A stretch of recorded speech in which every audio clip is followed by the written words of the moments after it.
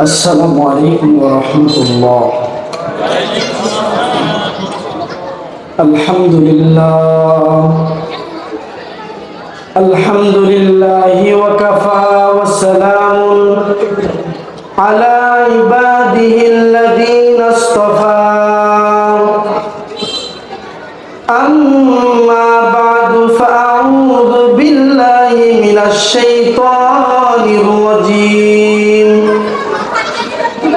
বিসমিল্লাহির রহমানির রহিম। ইয়ারফা'িল্লাহুল্লাযীনা আমানু মিনকুম ওয়াল্লাযীনা উতুল ইলমা দারাজাত। ওয়া ক্বালান নাবিয়্যু সাল্লাল্লাহু আলাইহি ওয়াসাল্লাম আহলুল কুরআনি হুম আহলুল্লাহ আও কামা ক্বালা আলাইহিস সালাতু ওয়াসসালাম।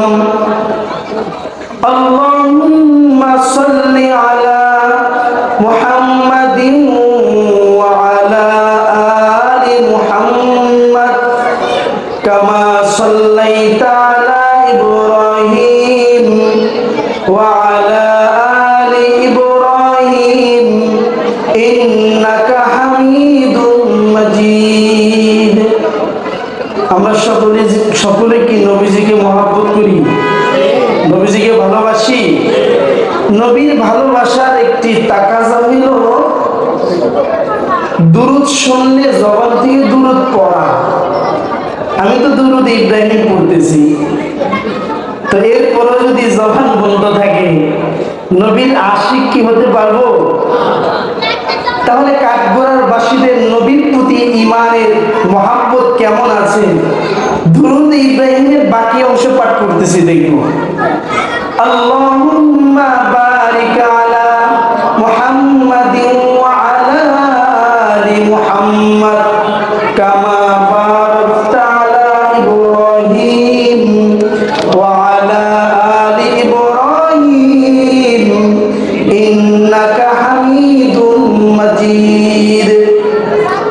মুহাম্মাদিয়া দারুল কোরআন হিফজ মাদ্রাসা ও জামিয়া মুহাম্মাদিয়া মহিলা মাদ্রাসার উদ্যোগে আয়োজিত আজকের এই ওয়াজ মাহফিলের মুহতারাম সদর সম্মানিত সভাপতি হযরত উলামায়ে কিরাম উপবিষ্ট আছে, ইসলাম প্রিয় মুসলিম ভাইরা, আলোচনায় শামিল পর্দার অন্তরালে আমার প্রিয় মা বোনেরা, বিশ্বজগতের মালিক বিশ্ব প্রতিপালকের বিশ্ব দরবারে কালিমাতুশ শুকর জ্ঞাপন করি যে আল্লাহ তাআলা আমাদেরকে হাজারো মানুষের মধ্য থেকে যাচাই করে বাছাই করে ভালোবেসে মহব্বত করে নির্বাচিত করে চয়ন করে জান্নাতি সামিয়ানার নিচে জালিসুর রহমান এই মজলিসে আসার বসার তৌফিক দান করেছেন।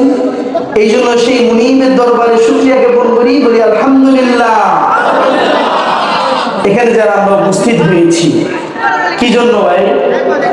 বয়ানের পরে কি বিরিয়ানির প্যাকেট দিবে? আল্লাহর জন্য। কার জন্য? আল্লাহকে পেতে হলে নবীর তরিকা অনুযায়ী পেতে হয়। নবীর তরিকা ব্যতীত আল্লাহকে পাওয়া। তো মজলিসের আদব হলো নবীর সুন্নত হইল ফাঁকা জায়গা পূরণ করে বসা এবং জমে জমে বসা। যারা এখানে আল্লাহকে পাওয়ার জন্য আসছেন, নবীকে মহব্বত করেন, নবীর সুন্নতকে মহব্বত করেন, আপনারা এই খালি জায়গাগুলো পূরণ করে আল্লাহকে দেখান। আল্লাহ, দুনিয়ার কোন উদ্দেশ্য আসে নাই, নবীর সুন্নতকে পূর্ণ করার জন্য সামনে আগাইতেছি, আপনারা আসেন। আর যারা বলবেন না হুজুর দরকার নেই, আল্লাহ খুশি হইলেও নাইলে না, আমার বন্ধু শয়তান খুশি হইলেও হবে, আপনাদের সামনে আগানোর দরকার নেই।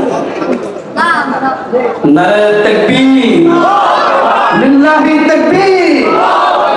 আলহামদুলিল্লাহ, আপনাদের ভিতরে মানবতা আছে, আনুগত্য আছে। এই উসিলায় আল্লাহ তাআলা আজকের এই মাহফিলকে কবুল করেন। মুহতারাম হাজিরিন, নবীজি বলেন যেই জায়গাতে কোরআন হাদিসের কথা হয়, হাফাত আলাইহিমুল মালাইকা, ফেরেশতারা চতুর্দিক থেকে জায়গাটাকে বেষ্টন করে রাখে। এত আসতে হইল সুবহানাল্লাহ। ওয়া নাযালা আলাইহিম সাকিনা নামের রহমত বর্ষণ হতে থাকে। তাহলে এই প্যান্ডেলের বাইরে যারা আছে তাদেরকে বেষ্টন করে রাখছে। তারা যদি রহমতের সামিয়ানার নিচে বসতে চায়, তারা যদি চায় ফেরেশতারা আমাদেরকে বেষ্টন করুন এবং আল্লাহর দরবারে ফেরেশতাদের সামনে আল্লাহ আমাদের নামের মুজাকারা করুন, তারাও যেন প্যান্ডেলে বসে। কারণ এই খবরটা শুধুমাত্র বসার জায়গার ক্ষেত্রে আসছে। তো যারা দাঁড়াইছেন ওয়াজ শুনবেন, সওয়াব হইব, কিন্তু রহমতের ফেরেশতাদের বেষ্টনে আপনি থাকবেন না। তো আসছেন যেহেতু, রব যেহেতু এনেছে আপনাকে, আপনি রহমত থেকে বঞ্চিত কেন হবেন? তাড়াতাড়ি চলে আসেন। আল্লাহ তাআলা আমাদের মজলিসকে কবুল করেন, বলেন আমিন। মুহতারাম হাজিরের, সময় কম, আলোচনাও কম। যদি স্বল্প সময়ে আল্লাহ এমন কিছু কথা বের করেন যে কথাগুলো আমার আপনার হেদায়েতের জরিয়া হয়, আমলের কারণ হয়, তাহলে এই মাহফিল পুরাটা আজকে সফল। ঠিক কিনা বলেন? আমার মুখতাসার কথা হইল, পৃথিবীতে যত মাখলুক আল্লাহর আছে, সমস্ত মাখলুকের মধ্যে সেরা মাখলুকের নাম কি? মানুষ, যেটাকে আরবিতে বলা হয় আশরাফুল মাখলুকাত, সৃষ্টির সেরা। প্রশ্ন হইল, আসলে কি সব মানুষ সেরা? যদি সব মানুষ সেরা হতো, আবু জাহল তো সেরা হতো। আবু লাহাব, উতবা, সাইবা, মিস্টার নমরুদ, হামান, কারুন, ফিরাউন, এরা কি সেরা? তাহলে বোঝা গেল শুধু মানুষ হইলেই সেরা হওয়া যায় না। সেরা হওয়ার জন্য কিছু গুণ, কিছু সিফাত, কিছু অর্জনীয় কাজ আছে যেগুলোর মাধ্যমে সেরা হওয়া যায়। ঠিক কিনা বলেন? পৃথিবীতে আমরা যারা মানুষ আছি, যে যে কর্মে আছে, তিনি নিজেকে সেরা মনে করেন। ডাক্তার মনে করে আমি সেরা, চিকিৎসা না দিলে সাধারণ পাবলিক চিকিৎসার অভাবে মারা যাবে, নিজেকে সেরা মনে করতে পারে। কৃষক মনে করতে পারে আমরা সেরা, আমরা যদি কৃষিখাত না করি তাহলে মানুষ না খেয়ে মারা যাবে। কিন্তু মূলত সেরা কারা, এটার পরিচয় তো রব দিয়েছেন। ঠিক কিনা বলেন? আমরা এখন আল্লাহর জবান থেকে শুনবো, আল্লাহর কথাই শুনবো যে সেরা মানুষ কারা, কাদের দাম আল্লাহর কাছে বেশি, আর ওই দামি মানুষ আমি আর আপনি হতে পেরেছি কিনা নিজের হিসাব নিজে করব। আল্লাহ তাআলা বলেন, ইয়ারফাইল্লাহুল্লাযীনা আমানু মিনকুম, ইয়ারফাইল্লাহুল্লাযীনা আমানু মিনকুম ওয়াল্লাযীনা উতুল ইলমা দারাজাত। আসমানের মালিক আল্লাহ বলেন, দুই সিফাতওয়ালা গুণ বিশিষ্ট যে বান্দা আমার হবে, দুইটা গুণ যার মাঝে থাকবে, রব বলেন তার ইজ্জত, সম্মান, মর্যাদা আর কারো কাছে না থাকুক, আমি আল্লাহর কাছে তার সম্মান বেশি। সুবহানাল্লাহ। এক নাম্বার হইল, মানুষ হওয়ার পরে তার মাঝে ঈমান থাকতে হবে। কি? আর ঈমান যে ধর্মের মধ্যে আছে, এই ধর্মকে বলা হয় ইসলাম। আর রব বলেন ইসলাম ব্যতীত অন্য কোন ধর্ম আল্লাহর কাছে গ্রহণযোগ্য নয়। আল্লাহ বলেন, ইন্নাদ দীনা ইনদাল্লাহিল ইসলাম, আমার কাছে মনোনীত একমাত্র ধর্মের নাম হলো ইসলাম। ভিন্ন আয়াতে আল্লাহ তাআলা বলেন, ওয়া মান ইয়াবতাগি গায়রাল ইসলামি দীনান ফালাই ইউকবাল মিন, ইসলাম ব্যতীত অন্য কোন মতের মাধ্যমে যদি আমার কাছে আসো, ফালাই ইউকবাল মিন, তোমার সেই মত আমি আল্লাহর কাছে গ্রহণযোগ্য না। তাহলে আল্লাহর কাছে দামি হওয়ার জন্য এক নম্বর ঈমান, দুই নম্বর আল্লাহ বলেন আরেকটি গুণ লাগবে, ঈমানের সাথে একটা রং লাগবে। রং, যে রং থাকলে তার দাম আমার কাছে বেশি। যে রঙের নাম হলো আসমানি এলেম, কোন এলেম? যেটাকে বলা হয় কোরআনের জ্ঞান, যেটাকে বলা হয় আসমানি জ্ঞান। আল্লাহর নবী বলেন, সরকারে দো আলম নবী বলেন, ক্বালান নবী সাল্লাল্লাহু আলাইহি ওয়াসাল্লাম, খায়রুকুম মান তাআল্লামাল কুরআন, খায়রুকুম মান তাআল্লামাল কুরআন ওয়া আল্লামা। সরকারে দো আলম নবী বলেন, তোমাদের মধ্যে আল্লাহর কাছে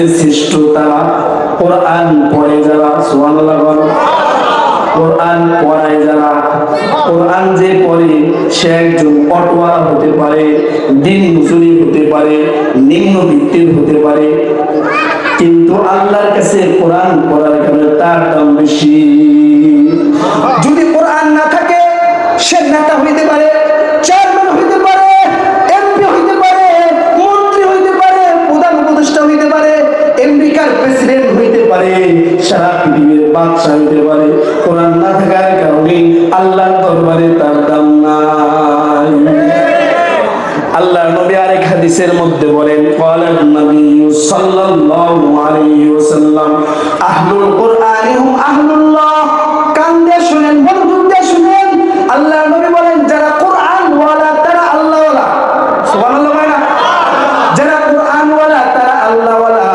যারা কোরআন ওয়ালা তাদের সাথে আল্লাহর সাথে সম্পর্ক। দুনিয়ার কোন নেতার সাথে সম্পর্ক থাকলে তার গর্বে থাকা যায় না। আমি প্রায় বলি, প্রধানমন্ত্রীর সাথে কেউ যদি 1 মিনিট ফোনে কথা বলে, এই ফোনে 1 মিনিট কথা বলার কারণে এটাকে ট্যাগ লাগায় আসে, কত মানুষের জান মাল নষ্ট করবে হিসাব নেই।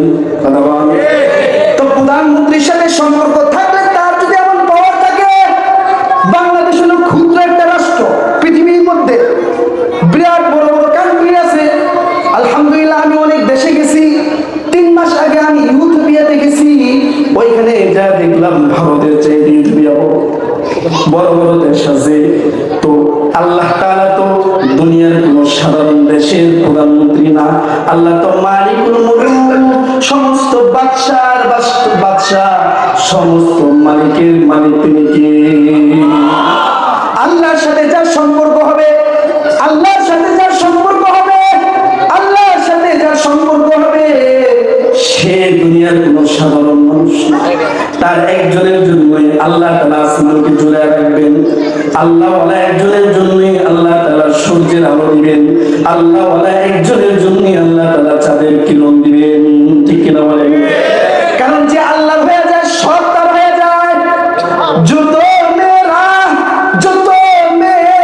তো সব মেরা, ফলক মেরা, জমিন মেরি। যত মেরা তো সব মেরা, ফলক মেরা, জমিন মেরি। अगर एक तू नहीं मेरा तो कोई शै नहीं मेरा।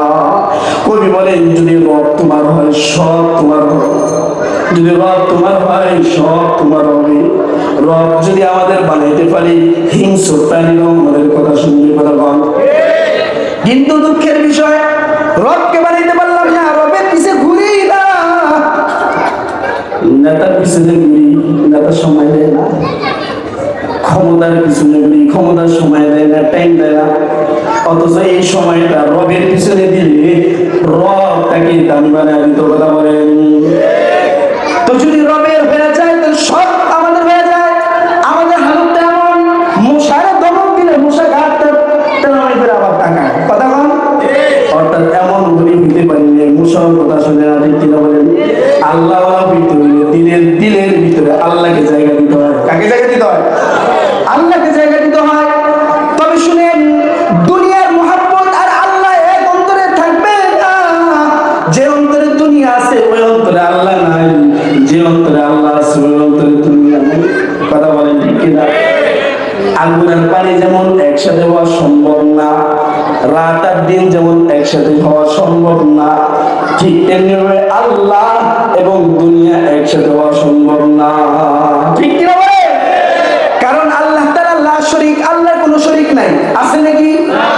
এই জন্য সূরা ইখলাসের মধ্যে আল্লাহ বলেন, কুল হুয়াল্লাহু আহাদ, আল্লাহুস সামাদ, লাম ইয়ালিদ ওয়া লাম ইউলাদ ওয়া লাম ইয়াকুল লাহু কুফুয়ান আহাদ।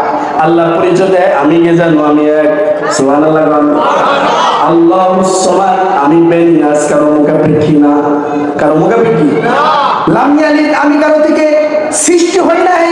ওয়া লাম ইউলাদ, আমার সত্তা থেকে কেউ সৃষ্টি হয় না, আমার জাত থেকেও কেউ সৃষ্টি হয় না। ওয়া লাম ইয়াকুল লাহু কুফুয়ান আহাদ, আর আমার সমকক্ষ কেউ নাই। ঠিক কিনা বলেন? তো যদি আল্লাহর সমকক্ষ কেউ না থাকে, তাহলে অন্তরের মধ্যে আল্লাহ থাকবেন, আবার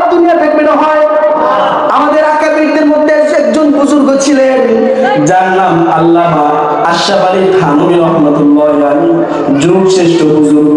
ওনার দরবারে ভারতের মধ্যে একজন নামকরা ডাক্তার ছিল, যার নাম খাজা আজিজুল হাসান মাসজুম রাহমাতুল্লাহি আলাইহি। অনেক বড় ডাক্তার। উনি চিন্তা করলেন, ডাক্তারি তো করি, হাজার কোটি মানুষ আমাকে চিনে, কিন্তু আমার অন্তরের চিকিৎসা দরকার। কি দরকার? আচ্ছা বলেন, শারীরিক যদি আমাদের অসুস্থতা হয়, তাহলে ট্রিটমেন্ট নেওয়ার জন্য আমরা পাগল হয়ে যাই। কথা বলেন, কথা বলেন, ডাক্তারের কাছে দৌড়াই, কিন্তু আমাদের অন্তর যে হাজার রোগের ব্যাধি, কখনই কি আর আমাদের অন্তর যে হাজার ব্যাধি, এগুলো চিকিৎসার জন্য কি আমরা কোথাও দৌড়াই? দৌড়াই বলেন, দৌড়াই? দৌড়াই না। যদি শারীরিক অসুস্থ হয়, সর্বশেষ পরিণতি মৃত্যু। শারীরিক অসুস্থ হলে সর্বশেষ পরিণতি কি ভাই? কিন্তু অন্তরের রোগ যদি থাকে, এটা চিকিৎসা না হয়, তাহলে এটার পরিণতি জাহান্নাম। কথা বলেন, এটা পরিণতি। তাহলে বুঝা গেল, শারীরিক অসুস্থতার চাইতেও অন্তরের অসুস্থতা বেশি মারাত্মক। ঠিক কিনা বলেন? তো এই খাজা আজিজুল হাসান মাসজুম রাহমাতুল্লাহি আলাইহি গেছেন, হুজুর আমার বায়াত করেন, আমি আত্মার চিকিৎসা করতে চাই।